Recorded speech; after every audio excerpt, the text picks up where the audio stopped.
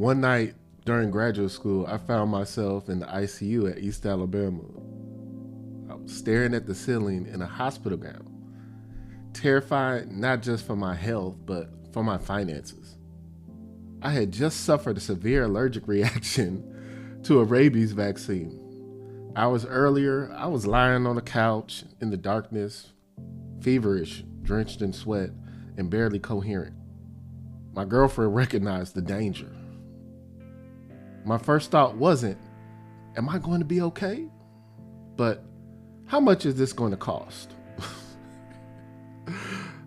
I had just paid off $3,000 in credit card debt. Even with insurance, I knew 4 days in intensive care would undo years of financial discipline. My mother, she was raised on a farm with 13 siblings. She taught me that saving money wasn't optional, it was survival. She gave me small allowances, also encouraged me to save, and even helped me buy candy at a wholesale store, which I would take to school and sell. That taught me an early lesson: discipline creates opportunity.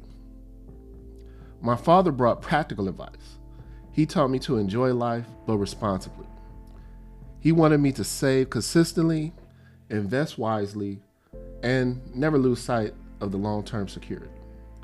He would always say, make sure you put your money into an annuity and have fun with 10% of your paycheck. Or, this is what happens when you live right. At age 5, I dreamed of attending Tuskegee University after watching PBS specials about George Washington Carver.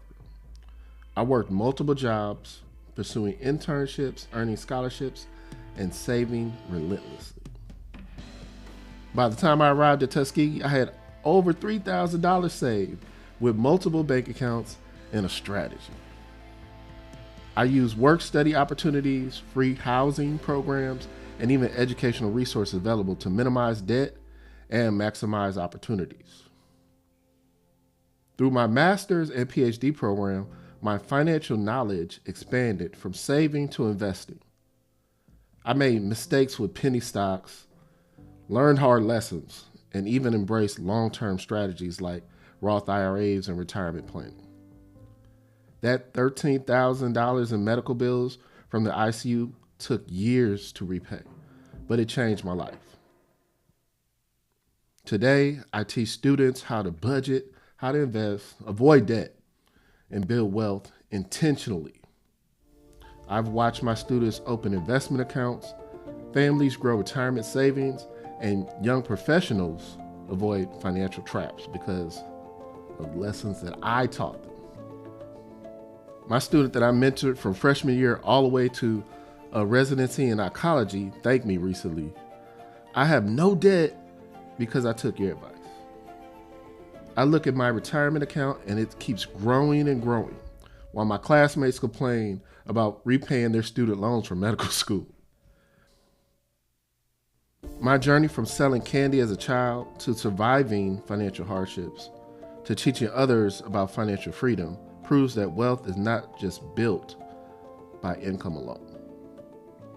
It is built through discipline, resilience, education, and purpose. Financial literacy transformed my life, and now my mission is to help it transform the lives of others.